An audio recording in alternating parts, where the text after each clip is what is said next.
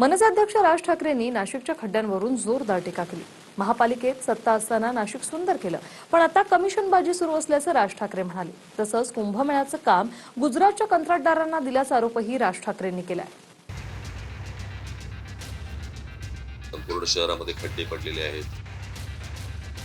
या कुंभमेळ्यासाठी मला कळले त्याप्रमाणे सगळे काही अनेक कॉन्ट्रॅक्टर्स हे गुजरातमधले आहेत।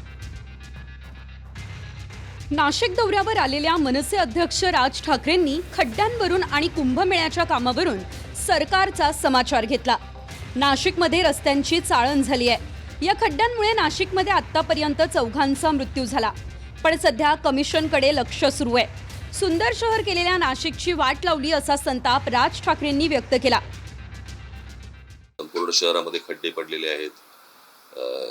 काही गाड्या, ट्रक, बिग सगळे खड्ड्यामध्ये गेलेले आहेत। माणसं गेली आहेत त्याच्यामध्ये खास करून। परंतु या प्रशासनाला काही नाही, डिम्म येतं ना। माणसं मेल्याचं गेल्याचं यांना कुठचे काही सोयसुतक नाहीये।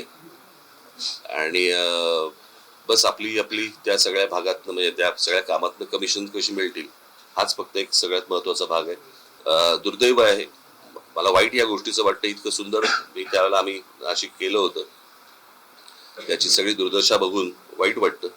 म्हणजे ते बोटॅनिकल गार्डन असेल किंवा माननीय बाळासाहेबांच्या नावाने केलेलं म्युझियम असेल किंवा अनेक गोष्टी ज्या त्यावेळेला केल्या होत्या, त्या सगळ्या गोष्टींची बस दुसऱ्याने केलंय म्हणून त्याची वाट लावायची। नाशिक मधला मुख्य प्रॉब्लेम हा MNGL मुळे झालाय। सगळे रस्ते MNGL ला आपण पाईपलाईन टाकण्याकरता मान्यता दिली होती आणि ती महत्त्वाची आहे, गॅस पाईपलाईन। ते गॅस पाईपलाईन टाकल्यानंतर घरोघरी जे कनेक्शन द्यायचे आहेत त्याला ते उशीर लावत असल्यामुळे जिथे पाईपलाईन टाकली आहे तिथे घरचं कनेक्शन देण्याकरता पुन्हा खोदावं लागेल, म्हणून आपल्याला रस्ता करता येत नाही। त्यामुळे त्यांनाही अतिशय खडसावून सांगण्यात आलेलं आहे। त्यांना एक प्लॅन तयार करायला सांगितलेला आहे। त्या प्लॅनच्या अंतर्गत त्यांनी ते काम करावं असं अपेक्षित आहे। नाशिकमध्ये कुंभमेळ्याच्या पार्श्वभूमीवर मोठ्या प्रमाणात कामं सुरू आहे, पण कुंभमेळ्यासाठी जास्तीत जास्त कंत्राटदार गुजरातचेच आहेत असा आरोप राज ठाकरे यांनी केला। विशेष म्हणजे राज ठाकरेंच्या टीकेला मंत्री छगन भुजबळ यांनी अनुमोदन देण्याचं काम केलं।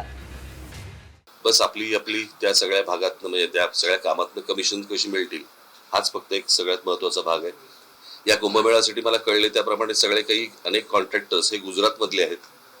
म्हणजे महाराष्ट्रामध्ये कॉन्ट्रॅक्टर जन्मालाच नाही आले असा भाग आहे। ज्या प्रकारे निवडणुका हाताळल्या जात आहेत त्याही खूप फ्रॉड पद्धतीने हाताळल्या जात आहेत। हे तर खरंच आहे की नाशिकमध्ये खड्डे खूप पडलेले आहेत आणि म्हणजे भयंकर परिस्थिती। त्याच्यावर मी आता काय फार बोलणं काय बरोबर नाही, परंतु मी जे राज ठाकरे जे म्हणतायत ते गुजरातचे सगळे कॉन्ट्रॅक्टर, मी पण तसं ऐकलंय, पण मला तशी त्याची काही खात्री नाही आहे। ऐकलंय मी कानावर असं गेलंय। देशामध्ये आणि कुठल्याही राज्यामध्ये कंत्राट देताना त्या व्यक्तीची जात पाहता येत नाही, त्याची भाषा पाहता येत नाही, त्याचा धर्म पाहता येत नाही, त्याची बिड कॅपॅसिटी किती आहे, त्याचं क्वालिफिकेशन काय आहे, कंपनी बघायची असते, कंपनीच्या मागे कोण आहे हे बघितलं जात नाही। मला या गोष्टीचं समाधान आहे की जे काही या ठिकाणी टेंडर दिले गेलेले आहेत हे अतिशय कॉम्पिटिशनने दिले आहेत, ते बिलो दिले गेलेले आहेत आणि 3 प्रकारचे क्वालिटी चेक्स हे त्याच्यावर लावण्यात आलेले आहेत। त्यामुळे क्वालिटी चेक झाल्यानंतरच त्या ठिकाणी पैसा मिळणार आहे। आता पाहिजे असेल तर या कंपनींच्या मागचे जे काही मराठी लोक आहेत त्यांची नाव आपण पाठवून देऊ। स्मार्ट सिटीच्या घोषणेवरूनही राज ठाकरेंनी सरकारवर टीकास्त्र सोडलं। देशात कोणत्या ठिकाणी स्मार्ट सिटी झाली, निवडणुका सुद्धा फ्रॉड पद्धतीने घेतल्या जात असल्याची टीका राज ठाकरे यांनी केली आहे। मला काल काय परवाच मी हा प्रश्न विचारला की त्या स्मार्ट सिटीज काय झालं, त्या स्मार्ट सिटीचं कुठे गेले? त्या स्मार्ट सिटी कुठच्याही देशातल्या कुठच्याही शहरामध्ये तुम्हाला काहीही दिसत नाहीये। सगळी शहरं बर्बाद होताना दिसत आहेत आणि मला ज्या प्रकारे निवडणुका हाताळल्या जात आहेत त्याही खूप फ्रॉड पद्धतीने हाताळल्या जात आहेत। हे लोकांनाही कळले, लोकांनाही माहिती आहेत ह्यांना मतदान कशा प्रकारचं होतंय। परंतु जे काही करतायत मतदान त्यांनी या गोष्टींचा विचार केला पाहिजे।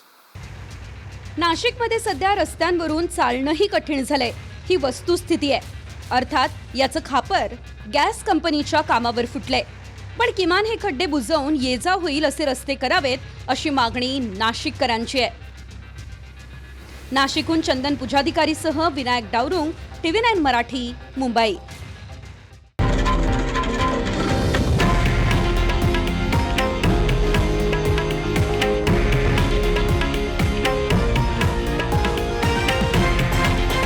हे आहे देशातील नंबर 1 न्यूज नेटवर्क आणि आपण पाहत आहात TV9 मराठी, एकमेव.